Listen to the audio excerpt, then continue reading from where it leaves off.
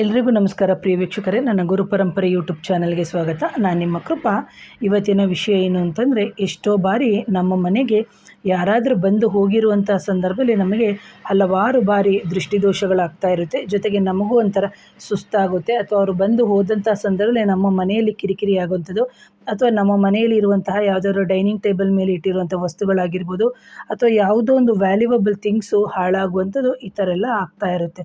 ಅದಕ್ಕೆ ನೀವು ಏನು ಮಾಡಬೇಕಾಗುತ್ತೆ ಅಂತಂದರೆ, ಪ್ರತಿ ಅಮಾವಾಸ್ಯೆಗಾದರೂ ಮಾಡ್ಬೋದು, ಹುಣ್ಣಿಮೆಗಾದರೂ ಮಾಡ್ಬೋದು, ಅಥವಾ ಆ ವ್ಯಕ್ತಿಗಳು ಬಂದು ಹೋದಂಥ ಸಂದರ್ಭದಲ್ಲಿ ಸಮೇತ ನೀವು ಈ ಪರಿಹಾರವನ್ನು ಮಾಡ್ಕೋಬೋದು. ಇದೇನು ಅಂತಂದರೆ, ಒಂದು ಶುದ್ಧವಾಗಿರುವಂಥ ಹಳದಿ ಬಣ್ಣದ ನಿಂಬೆಹಣ್ಣು ತೊಗೋಬೇಕು.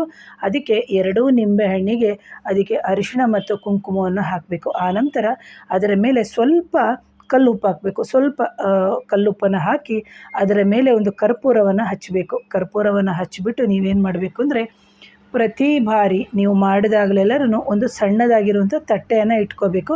ತಟ್ಟೆಯ ಮೇಲೆ ನಿಂಬೆಹಣ್ಣಿನ ಮೇಲೆ ಅರಿಶಿಣ ಕುಂಕುಮ ಹಾಕಿ, ಆನಂತರ ಸ್ವಲ್ಪ ಕಲ್ಲುಪ್ಪನ್ನು ಹಾಕಿಬಿಟ್ಟು ನೀವು ಪ್ರತಿ ಮೂಲೆ ನಿಮ್ಮ ಮನೆಯ ಎಲ್ಲ ಪ್ರತಿ ಮೂಲೆ ಏನಿದೆ, ಅದು ದೇವ್ರ ಮನೆ ಆಗಿರ್ಬೋದು, ಅಥವಾ ನಿಮ್ಮ ಹಾಲ್ ಆಗಿರ್ಬೋದು, ಕಿಚನ್ ಆಗಿರ್ಬೋದು, ಅಥವಾ ನಿಮ್ಮ ಮಲ್ಕೊಳ್ಳೋಂಥ ರೂಮು ಅಥವಾ ಟಾಯ್ಲೆಟು ಬಾತ್ರೂಮು ಏನೇನಿದೆ ಎಲ್ಲ ಕಡೆಗೆ ಹೋಗ್ಬಿಟ್ಟು ನೀವು ಅದರಿಂದ ಕ್ಲೀನಾಗಿ ಈ ಥರ ತಟ್ಟೆ ಕೆಳಗಡೆ ಇಟ್ಕೊಂಡು ಇಳೆ ತೆಗೆದುಬಿಟ್ಟು ಅದನ್ನು ನೀವು ಬಿಸಾಡೋದ್ರಿಂದ ಏನಾಗುತ್ತೆ, ನಿಮ್ಮ ಮನೆಗೆ ದೃಷ್ಟಿ ದೋಷಗಳಾಗಿದ್ದರೆ ನಿವಾರಣೆ ಆಗುತ್ತೆ ಅಂತ ಹೇಳ್ತೀನಿ ಪ್ರಿಯ ವೀಕ್ಷಕರೇ.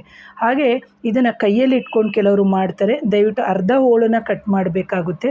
ಇಲ್ಲಿ 2 ಭಾಗನಾದರೂ ನೀವು ಮಾಡ್ಕೋಬೋದು, ಅಥವಾ 4 ಭಾಗನಾದರೂ ಮಾಡ್ಕೋಬೋದು. ಯಾಕಂದರೆ ಕೈಯಲ್ಲಿಟ್ಟು ಮಾಡಿದಾಗ ಅದು ಕರ್ಪೂರ ಹಾಕಿದಂಥ ಸಂದರ್ಭದಲ್ಲಿ ನಮ್ಮ ಕೈ ಸುಡುತ್ತೆ. ಹಾಗಾಗಿ ನಾವು 2 ಹೋಳು ಮಾಡಿದ್ರೂ 4 ಹೋಳು ಮಾಡಿದ್ರೂ ನೀವು ತಟ್ಟೆಯಲ್ಲಿ ಇಟ್ಕೊಂಡು ಮಾಡೋದ್ರಿಂದ ನಿಮಗೆ ನಿಮ್ಮ ಕೈಗೂ ಏನು ಸುಡಲ್ಲ ಅಂತ ಹೇಳ್ತೀನಿ.